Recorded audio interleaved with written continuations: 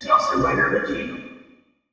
Hey YouTube, Dawson Rider here. Welcome to my review for the Mighty Morphin Power Rangers Dino Megazord Hasbro version. Now this is not a Lightning Collection premium collectible release. It's not even, I would say, in the same type of style completely as the main Beast Morphers Megazords. I think it's more comparable to that than what would be a like Lightning or Legacy Zord. I would closely compare it though to, in terms of like tiers. Think about back in Jungle Fury, if you collected back in those days, the way we had the Japanese mold release and then the transforming release, which was cheaper. That's kind of what this feels like to me, where you have the little bit higher tier Beast Morphers Zords, and then this one's just one step below it, but it's kind of in that same realm.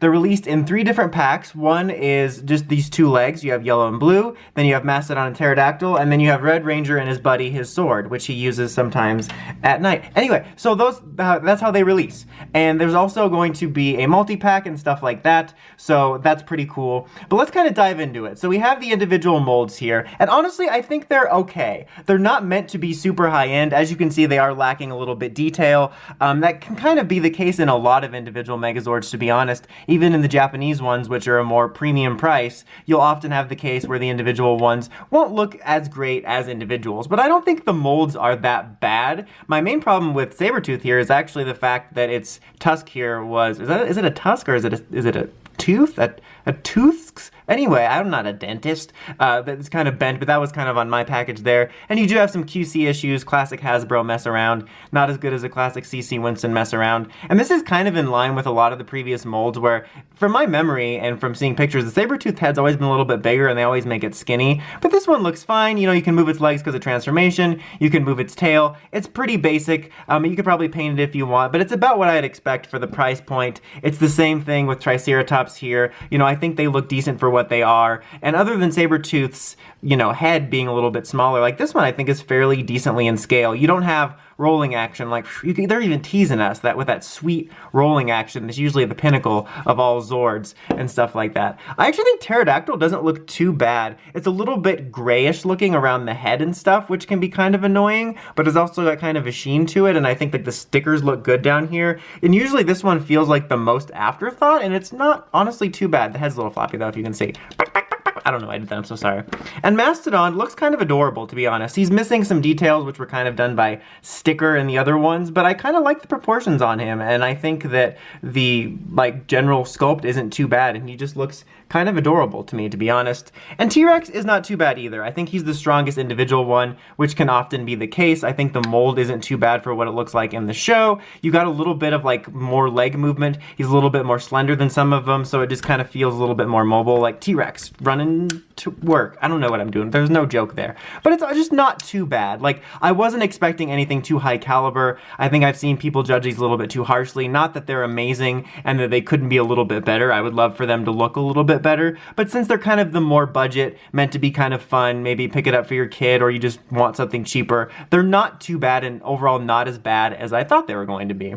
But now let's go ahead and transform it, go through the classic stuff. We'll do the tank mode, Megazord mode, and then of course, as usual with my reviews, I always have something to compare it to. I will be comparing it to all the previous mainline releases, as well as how it scales and looks next to the Beast Morphers Zord. So since we're holding this dude, let's go ahead and start to transform him. So just kind of get these ready, and then that pops out. That's something I was going to mention, is that pops out. No, but there are little pieces here and there that will pop out, and that can make it feel kind of cheap, but it's kind of different than the Beast Morphers one, where it just feels flimsy, whereas these will have things that pop out, but then they're fine once you put them back in, and then put those away, and then you kind of have this pretty much set for now. There's some more finagling, but for the most part set. Now blue's going to take the longest, so you might want to get your notepad out. Super simple. Just basically fold all its legs forward and fold its tail in, and then you're going to snap these into here, and they're kind of reminiscent of Zord builder parts. I know that was everyone's favorite. That was the best thing. Honestly, I liked Zord builder. It was no big deal. People were being babies about it, if we're being honest. Okay, now for Mastodon, we take this part off, and then fold these up, and then fold these down and out. And then this it might not be as tricky now that I've loosened it up, but you're supposed to spread these out. I'm sure you've bought or at least seen 1,000 of these Megazords before, but you spread these out, and they're doing better now, but they're really kind of hard to separate. You'll kind of see the mechanism here. This one's giving me a little bit of trouble. I'm going to try to be careful with it. There we go. But see, this mechanism has this little bit here kind of looping around this like it's kind of hugging it, and it can make it really difficult to get out. Like you saw, this one's loosened up a little bit, but this one's still tough. That is kind of a nitpick because I feel if you put too much pressure, it feels like it could break. Again, it could just be mine. Sometimes that happens, but just be careful with it if that's the case. To me, it almost felt like they did a release. Like I legit double-checked the instructions. Countdown to instructions. Double-check the instructions because I was wondering if maybe they put some sort of release in there, because sometimes you'll have toys where you press a release and it'll make it easier, but no, you just have to pull it. But just be careful, it feels like that could happen. Also, while I have this guy here, these do have a tendency to pop off sometimes, and that may happen during transformation. Just a disclaimer, and that can be kind of annoying. So you put these forward because he's going to be holding the cannons from her feet. So let's get her feet here. I don't remember if they go right side up or whatever, but it'll be fine. Then you just put this on like a jacket. It snaps in nicely. Fold these forward. They also kind of secure in, so he's kind of blasting these forward, and we'll kind of adjust everything better in a minute. And before we forget, pull out this bit here, couple outside side, there we go. And then it goes right here, just secure it. You know the drill. I'm sure that you're very familiar with this if you've seen the show or bought one of the 50,000 Megazord toys that have released over the years. And then pterodactyl here. You'll see these two little grooves here, and then inside there's two little dents on his feet that you put it in, which is kind of nice because some of them don't have that, and it can be kind of confusing for idiots like me, but it makes it a little bit more secure. It's so easy, guys. It's so easy, he says as he struggles with it. But you just place it between there carefully like that. Come on, son. At least you got to see what I meant about the feet falling off. Now it's really weird because I wanted to, in the instructions, it kind of has you having it straight up like this, but you're gonna want to bend him a little bit so that the pterodactyl is not just like falling over. Like it's just kind of weird because the instructions like, oh yeah, be super straight up, but then the pterodactyl is kind of like leaning backwards oddly if you have that. Oh, the mastodon's being a little bit funny, but yeah, you get that formation, it looks fine. This has never been my favorite formation to either transform or to display, but it's always nice to have it included. It adds an extra degree of play, and it doesn't look too bad, honestly, overall, proportionately. So there's that if you're a fan of it. Mine's a little bit wobbly because this little foot keeps being loose on there, which is kind of annoying. I'm trying to get him to like sort of stand nicely, and I feel like this might go in a little bit more, but I don't want to get it trapped, but sort of stand nicely so I can get you more of a pan of how it looks, and a Gohan and a Videl. But now let's go ahead and do the Megazord formation. I think you get the gist of it here, and he's weebling and he's wobbling, but he won't fall down.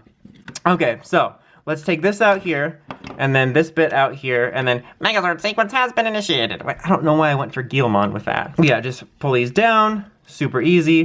Pull these down, super easy. I was trying to do that in one swoop and be cool, but I couldn't be cool. Can I just once be cool? Just once. That was lame. Don't forget to take these off. This looks honestly hilarious. It looks like a dude that's trying to get a sweater on. And then fold these down and twist these around. Ooh, Bokensha! They're a little bit tough joints here, but fold them out so you get the fists. You know the drill there. And then you're gonna want to secure the tail back up here and unsecure his foot at the same. That's an important step. Make sure that pops off when you're doing that. I'm just kidding. Pop, pop!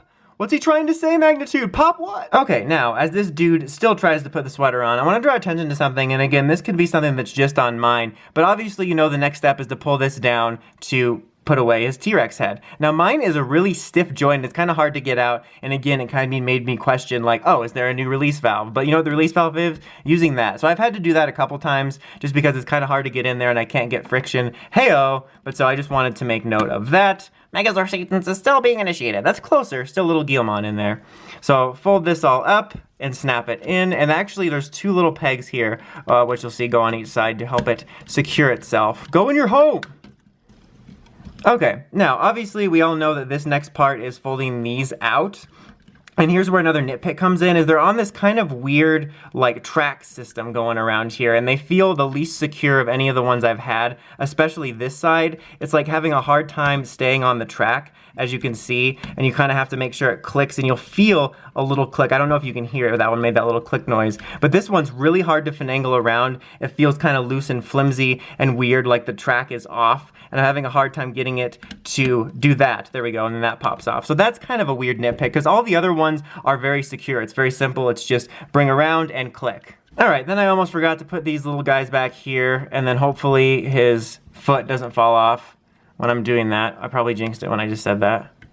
There we go. Hey, it happened without folding the foot off. Victories. Alright, then you just put the shield in his hand, and then the sword in his hand. Heyo! And you can see it bends a little bit. There we go.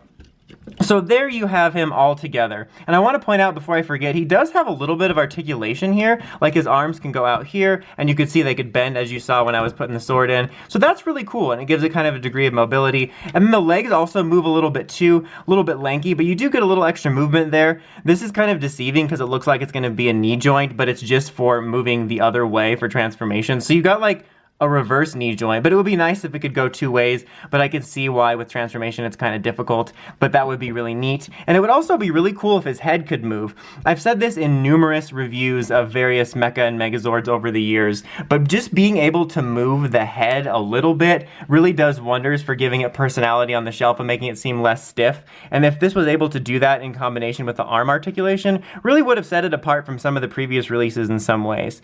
But honestly, overall, look-wise, this guy isn't bad. Certainly not the most detailed and best of them, but he doesn't look too bad on his own. I don't know why he's clicking his toes to go home, probably because I was messing with him. But it didn't end up being as bad as I thought. It honestly looks pretty decent, and it kind of looks a little bit wispy compared, I don't know why I always use that word, but it looks a little bit more slender and wispy compared to the other ones, and doesn't look half bad. I was kind of impressed with this. Now, I know that there was a lot of little problems that I showed you throughout the transformation of various things popping off, which is kind of a problem and rather annoying. But I have to say, for the most part, once you have him together, I don't really have any problems with him staying together. I mean, other than this one foot, like, come on, son. But other than that one foot, nothing else really feels that loose. And I'll talk about this here in a minute when I compare the Beast Morphers stuff. But with the Beast Morphers one, when you have the Megazord fully together, I have a lot of problems with that dude not staying together. Like, I'll think about the Beast Morphers Megazord in the other room, and he probably just collapsed. And this guy at least stays solid. I mean, he doesn't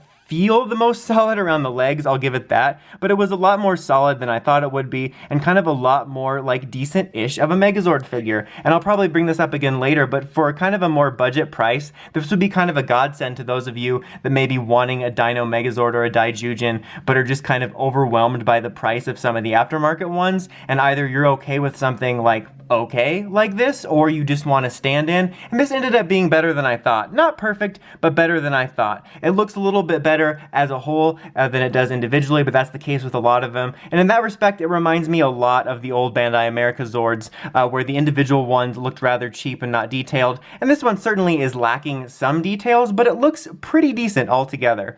But let's go ahead and take a look at it compared to past releases, and then again, I will be comparing it to the Beast Morphers Megazords to see how that looks. Okay, so here we have a comparison to all the mainline releases, and just for simplicity's sake, I put them in chronological order. So here you have the original 90s release, this is the MMPR 2010 release, this is the Legacy release, and then this is the current release. And these two are identical in mold. This one was just changed with more details and made with die cast. So they're the same mold in terms of proportions and stuff like that, but you can see this one just looks like the premium version of it, but you can still get the idea. And it does kind of bring to light some of the problems with this one, like the shoulders aren't quite shaped right, and that none of the head proportions, quite honestly, are perfect. I think for me, I think this one is the closest because the Megazord head is a little bit bigger. This one does make it seem a little smaller. It almost seems a little bit stylized-ish from ones you'd see like in the comic, and in that way, it kind of reminds me of the way the Lightning Collection Psycho Rangers kind of look like sometimes it is in the comic, so it does bring to light those type of issues, and it's like the exact opposite of this guy who's like really fat, you know, the original 90s release over here, who has kind of a similar problem where, you know, the head sculpt doesn't look bad on this guy, but it definitely looks tiny for the whole body. It looks like steroids version of the Megazord. And also the details on this one aren't perfect because I am missing stickers personally, and that's kind of a personal problem. I'm just going to move this one out of the way after you can see these two side by side just because it's a similar mold. So these are kind of comparable in the sense that they were both kind of more of a budget release and not like a premium version or the original release that you had to pay a higher price online. And I think this one is better. Honestly, I think this is still the best overall mold as far as the mainline releases, not counting the giant Super Robot Chogokin version. I don't know why I said giant, it's like the same size, but it's like a premium collectible that looks like really good. But in terms of main transforming releases, I think these are the most comparable in terms of the way they were released. Even though I think this gray looks a lot cheaper and I think this is kind of better looking in that respect, I think just in terms of the way they look individually and the transformation and the head sculpt just looks a little bit better. But I just kind of want to get this out of the way to sort of free up room to compare really the main three molds here so you can get an idea for it. And you can see that this one definitely comes off as more of a budget, cheaper one in comparison to these two, even though I think they all have their merits. They all have parts I like about them. But like, as I said earlier, this thing really surprised me in terms of not being as bad as I thought it would, especially considering these are kind of harder to find. I'm not sure what the MMPR 2010 ones go for, but neither of these are in print, and you'll have to pay a little bit more on eBay, so it's still a decent option. But before we get to the final verdict, let me do one more comparison just for those of you who want to see how it scales to the Beast Morphers Megazord. Okay, I just wanted to close out here giving us a comparison to the mainline Beast Morphers Zords, and excuse the sort of haphazard transformation bits of some of these. I just kind of quickly got them out of the Ultra Zord formation because I wanted to show the scale so that you can see that more or less this guy altogether is more roughly in line with scale of this guy or the Red Racer Zord. What's that? Never heard of it. And he's obviously smaller than the combined of all the main Beast Morphers, and I thought this was kind of comparable in the sense that you have to buy multiple pieces to make the main Megazord and sort of see that. And I would say that it's give or take roughly in the same detail quality in a lot of ways. I think individually the Beast Morphers Zords are a little more detailed, but for the most part put together they're kind of similar-ish for me.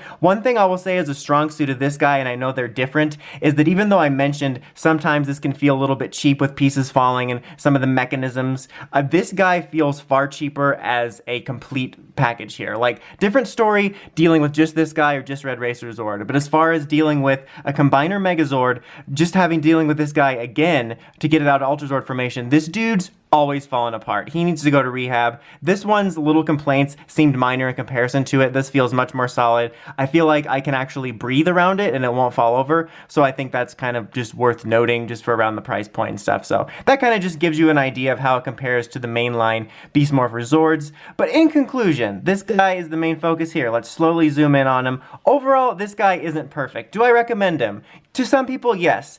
For kids, I think kids will really like this. I think it's kind of a fun representation of it. It looks fine, it functions fine, and it's not that expensive. For collectors, if you really, really want a better one, there are better options out there. You know, there's the Super Robot Chogokin as well. Not the figure version, but the Tamashii. I don't think it even was called Super Robot Chogokin. The Tamashii one. That's the expensive one. So there's more options out there for varying price points, for varying degrees of quality, for sure. But if you're on a budget, I don't think this is a bad stand-in. And if you think this looks fine, then I think this is a decent representation for you for one of the cheaper ones you can find right now, or a temporary stand-in. Honestly, back in the day when I was filling in holes in my collection, this would kind of be a godsend for something around $40-ish with all of them together to at least have something temporary. Like I said, it's not perfect, but it's honestly better than I thought, and it's kind of a nice option for those of you who may want to save money one way or the other. But if you're absolutely a huge fan and you really want something premium, there are better options out there. But this is